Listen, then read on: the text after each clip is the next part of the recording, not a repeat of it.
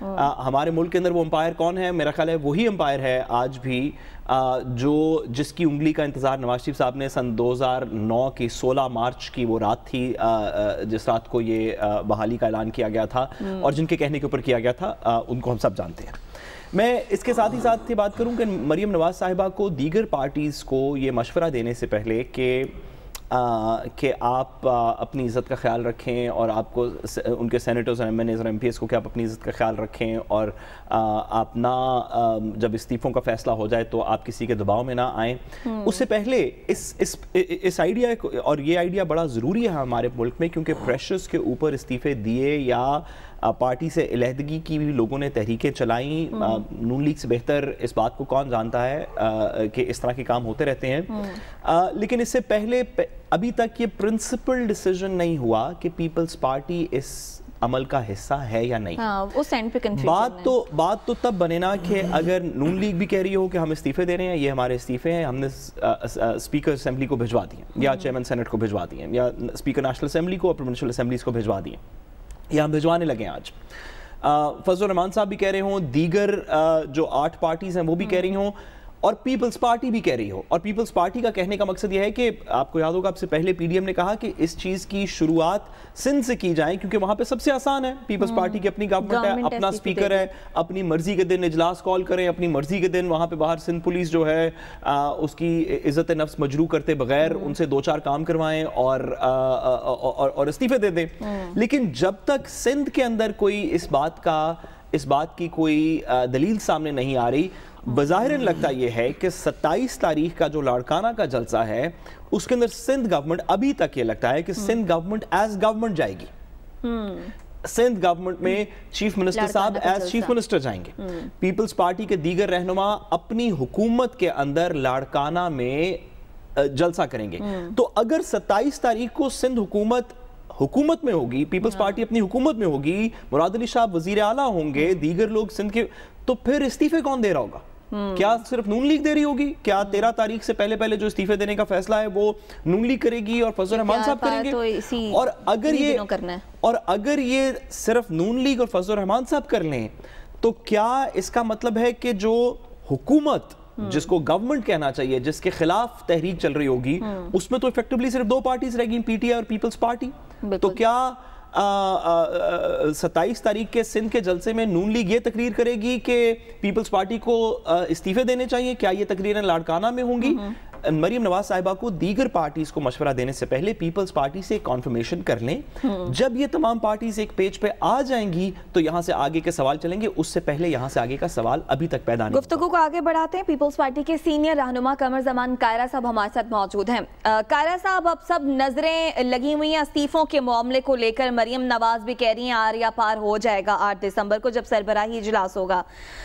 نون league تیار ہے استعفے دینے کے لیے، یہ بتائیے گا کیا پیپلز پارٹی بھی تیار ہے استعفے دینے کے لیے قومی اسمبلی اور صوبائی اسمبلی سے؟ کیا کوئی ابھی کنفیوژن آپ کے اینڈ پہ موجود ہے یا مختلف حکمت عملی ہے؟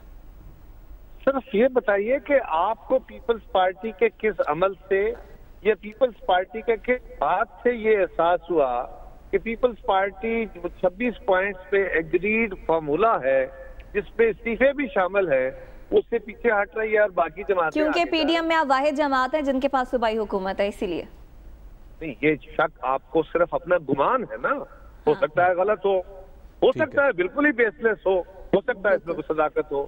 اب صرف جس اسمپشن پہ آپ کھڑے، جس اسمپشن پہ کھڑے ہو کے آپ پیپلز پارٹی کی روز تزلیل کرتے ہیں اور یہ شک ڈالتے ہیں کہ پیپلز پارٹی اپنی حکومت بچانے کے لیے یہ کرے گی۔ سر آپ کنفیوژن دور کر دیجئے کہ کیا آپ استعفے دے رہے ہیں؟ میں بول رہا ہوں جی، مجھے بولنے دیں آپ کیا بول رہے ہیں۔ جی کائرہ صاحب بات مکمل کیجئے آپ۔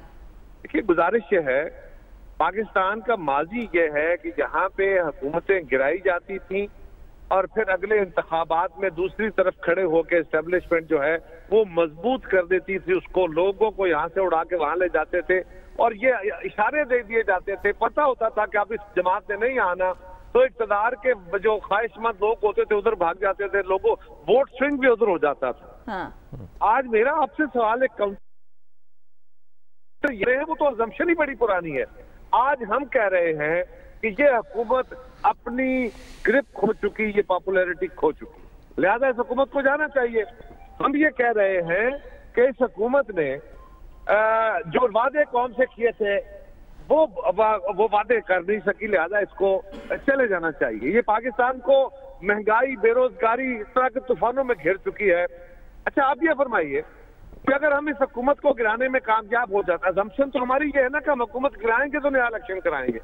حکومت گرانے میں کامیاب ہو جاتے ہیں، اگر ہم اسٹیبلشمنٹ کو سیاسی عمل سے باہر رکھنے میں کامیاب ہو جاتے ہیں اور پی ڈی ایم اپنا سیاسی نعرہ مکمل کر لیتی ہے اور ہم الیکشن میں جاتے ہیں تو ہم تو ایک ونر کے طور پہ جائیں گے، ہمیں تو سندھ سے زیادہ ووٹ ملیں گے، پھر ہم کون سا امر مانے ہوگا. قاہرہ صاحب یہاں پہ آپ سے ایک سوال کر لوں.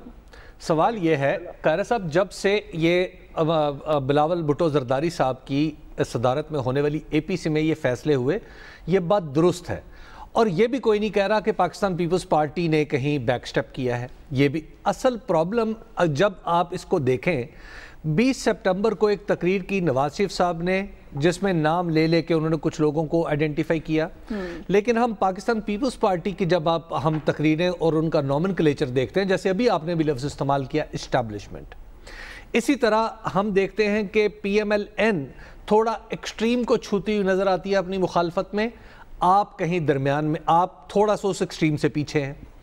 تیسرا واقعہ کراچی میں ہی پیش آیا جو صفدر اوان والا تھا. صفدر اوان صاحب کو گرفتار کیا گیا، بلاول بھٹو زرداری صاحب کو خود چیف آف آرمی اسٹاف نے فون کیا اور پھر وہ لوگ ہٹ گئے اپنے عہدوں سے جو کسی بھی حوالے سے اس میں ملوث پائے گئے تھے. یہ چیزیں اور یہ ماحول اور آپ کے ساتھ یہ ریلیشننگ ایکچولی اس کی بنیاد پر یہ سوال اٹھتا ہے. اچھا دیکھیں، گزارش یہ ہے، پہلی بات تو یہ ہے کہ پیپلز پارٹی آج تک اسٹیبلشمنٹ اس ملک کی ہے، ایجنسیز اس ملک کی ہے، آپ گورنمنٹ میں ہوں یا اپوزیشن میں آپ ان سے ملتے رہتے ہیں اور یہ ملاقاتیں کبھی ہم نے چھپائی نہیں ہیں، ہم کوئی بیہائنڈ دا کرٹنز جا کے نہیں ملتے. دوسری بات یہ ہے کہ بلاول صاحب نے اپنی پریس کانفرنس میں احتجاج کیا اور انہوں نے کہا کہ 2 اداروں پہ، 2 ایجنسیز پہ الزام لگ رہے ہیں، چیف صاحب کو اور آئی ایس آئی کے چیف کو اپنے لیول پہ انویسٹیگیشن کرانی چاہیے کہ یہ کیا ہوا. اس کے جواب میں انہوں نے فون کیا، انہوں نے انویسٹیگیٹ کرایا، معاملہ سیٹل ہو گیا. اس کا مطلب یہ کہاں آ گیا کہ ہم اسٹیبلشمنٹ کے سارے پالیٹکس کرتے ہیں جو پیپلز پارٹی نے ساری زندگی نہیں کی. آپ وہ الزام ہم پہ تھوپ رہے ہیں. دوسری بات یہ ہے کہ پیپلز پارٹی کہہ کیا رہی ہے؟ ہم کہہ رہے ہیں کہ اس ملک کے اسٹیبلشمنٹ کو سیاست میں مداخلت نہیں کرنی چاہیے. آپ کا کیا خیال ہے، کرنی چاہیے؟ ہم کہتے ہیں کہ اس ملک میں آئین کے تحت ملک کو چلانا چاہیے، ادارے اپنے اپنے رول میں رہنے چاہیے. آپ کا کیا خیال ہے، ایسا نہیں ہونا چاہیے؟ ہم کہتے ہیں کہ اس ملک میں الیکشن فیئر اینڈ فری ہونا چاہیے، آپ کا کیا خیال ہے، نہیں ہونا چاہیے؟ یہ ہمارے سمپل مطالبے. ہاں اب بات یہ ہے کہ جی مسلم لیگ 4 قدم آگے چلی گئی، ان کا اپنا حق ہے، وہ 10 قدم آگے جا سکتے ہیں. ہم نے کوئی جماعتیں مرج کر دی ہیں، ہم نے کوئی اتحاد الاؤنس کر دیا. میری گزارش سن لیں ذرا، ہم نے کوئی یہ تو نہیں کہا کہ ایک جماعت جو فیصلہ کر دے گی سب جماعتیں اس پہ کھڑی ہیں. ہر جماعت کو نہ تو کوئی ایجنڈا دے سکتا ہے، نہ کوئی یہ کہہ سکتا ہے آپ یہ بات کرنی روک دیں یا آپ یہ بات کریں. وہ لکھی ہوئی تقریریں ہم نے ویٹ کر کے تو نہیں کرنی ہوتی، لیکن اپنا اپنا نقطہ نظر ہے ہمارا. مختلف ایشوز پہ ہمارا آج بھی اختلاف ہے، آج بھی رجسٹریشن ہوتی ہے، کچھ چیزوں پہ ہم کہتے ہیں اس طرح ہو، وہ کہتے ہیں اس طرح ہو. لیکن یہ جو بات آپ کر رہے ہیں اس میں تو بنیادی عنصر ہی یہ ہے کہ اگر کسی جماعت کا کوئی اختلاف دیکھنا ہے تو وہ 26 پوائنٹ جن پہ ہم نے سب نے ایگری کیا. اے پی سی کے اندر بڑی باتیں ہوئی، میاں نواز شریف صاحب نے اے پی سی میں باتیں کی تھی، اس اے پی سی میں ان کی گفتگو کے بعد پی ڈی ایم بنی اور ہم نے یہ سارا ایجنڈا طے کیا. کیا اس ایجنڈے میں میاں نواز شریف کا بھی گفتگو شامل ہے؟ اس میں مسلم لیگ نے سائن کیے ہیں.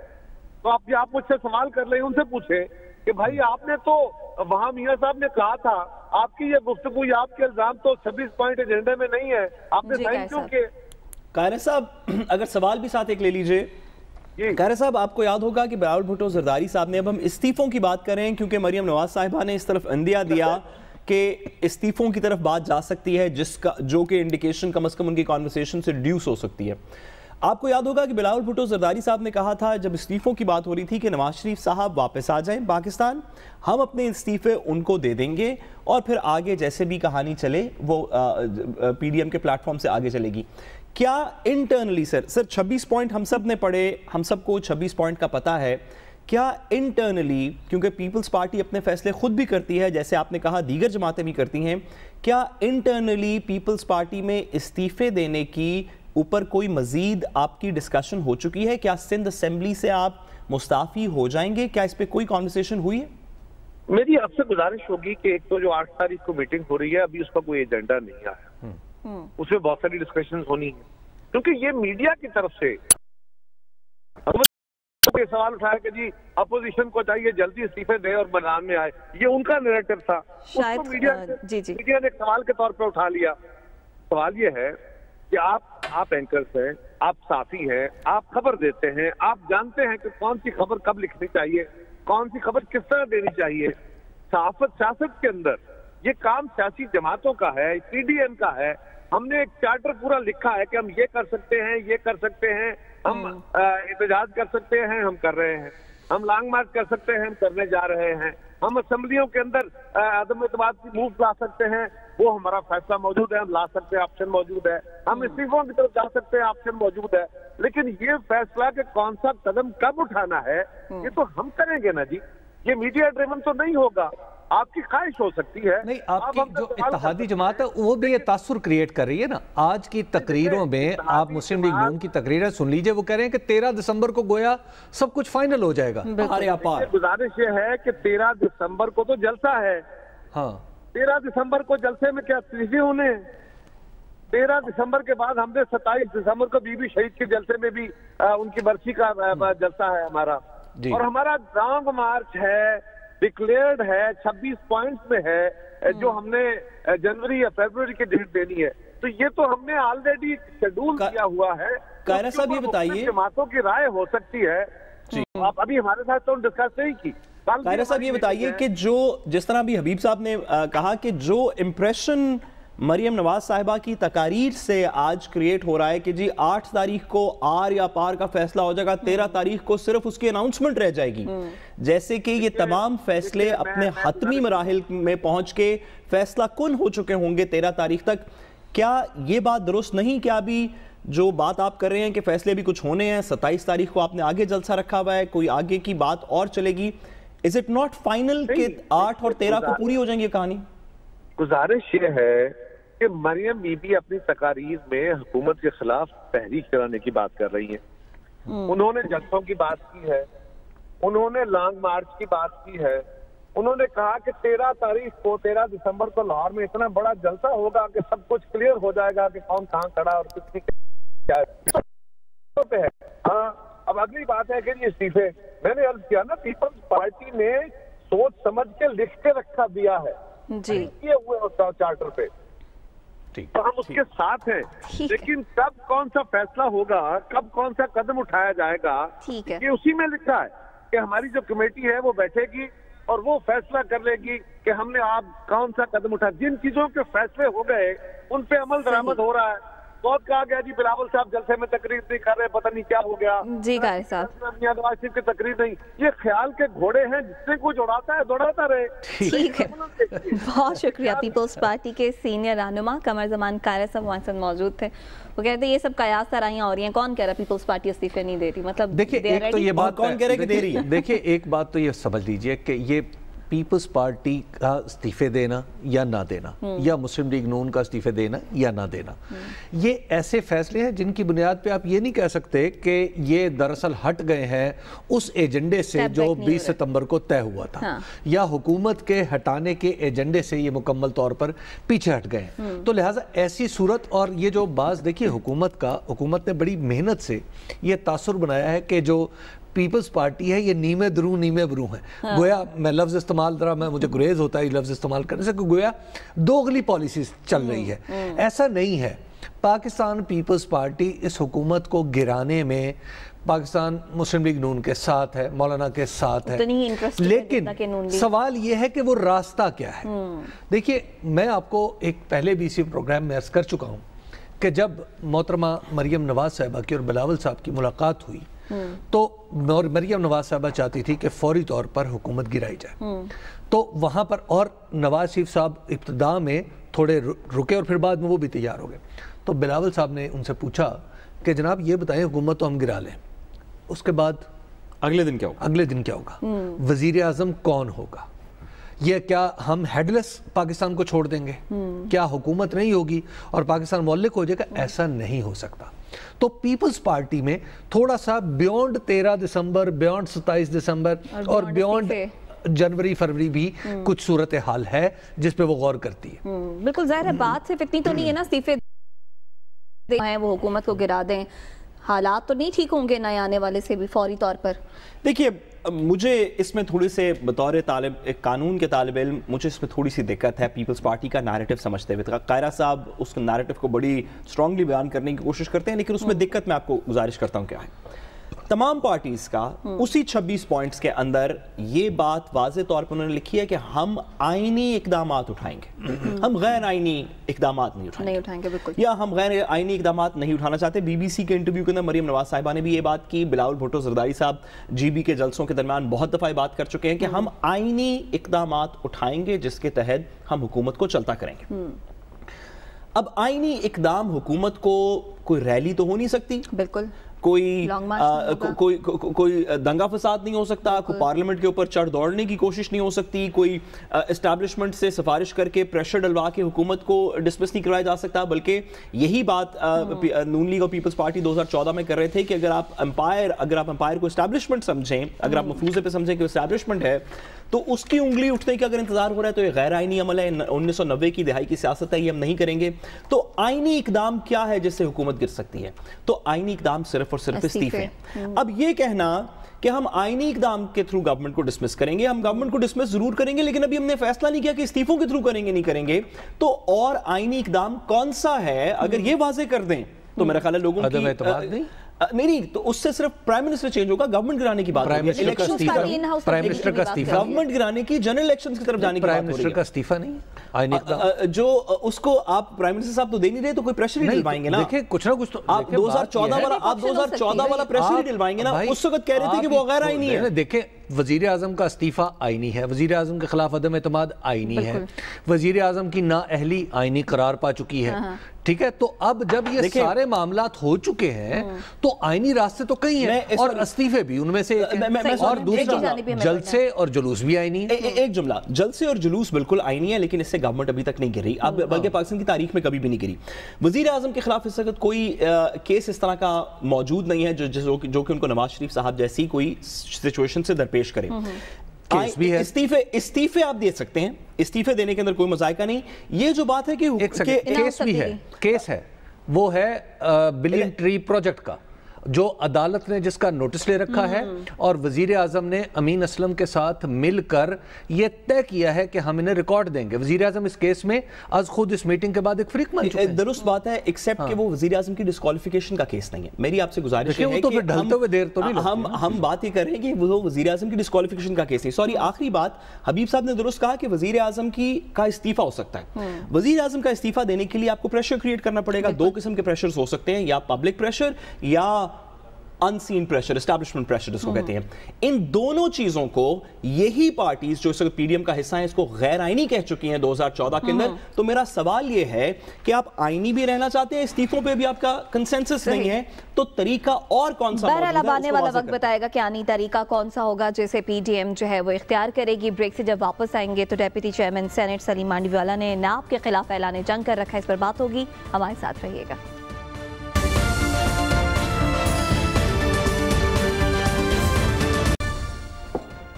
ویلکم بیک ناظرین. ناب نے ڈیپٹی چیئرمین سینیٹ سلیم مانڈوی والا پر بے نامی ٹرانزیکشن کا الزام لگایا، جس کے بعد سلیم مانڈوی والا نے پریس کانفرنس کی اور کہا کہ ناب کے تمام افسران کو وہ اب سامنے لے کر آئیں گے. عوام کے ان الزامات کو بھی انہوں نے مسترد کیا، کچھ تحفظات کا بھی اظہار کیا، جس کے بعد ان کی ملاقات ہوئی چیئرمین نیب سے اور پھر چیئرمین نیب نے انہیں یقین دہانی کرائی کہ جو آپ کے تحفظات ہیں اسے دور کیا جائے گا. جس کے بعد آپ کو بتائیں کہ نیب نے ڈیپٹی چیئرمین سینیٹ کے خلاف الزامات کی تفصیل جاری کر دی اور کہا کہ ڈیپٹی چیئرمین سینیٹ سلیم مانڈوی والا کے الزامات کو تحقیقات میں رکاوٹ بھی قرار دیا. اب ایک بار پھر ڈیپٹی چیئرمین سینیٹ کیا کہہ رہے ہیں ناب کے حوالے سے وہ آپ کو دکھاتے ہیں، پھر یہیں سے گفتگو کا آغاز کریں گے. آپ کے بیانیے کی کوئی ویلیو نہیں ہے، نہ آپ کی عزت جوڈیشری میں، تو آپ کی عزت ہے کہاں؟ میں نے پرائم منسٹر کو لیٹر لکھ دیا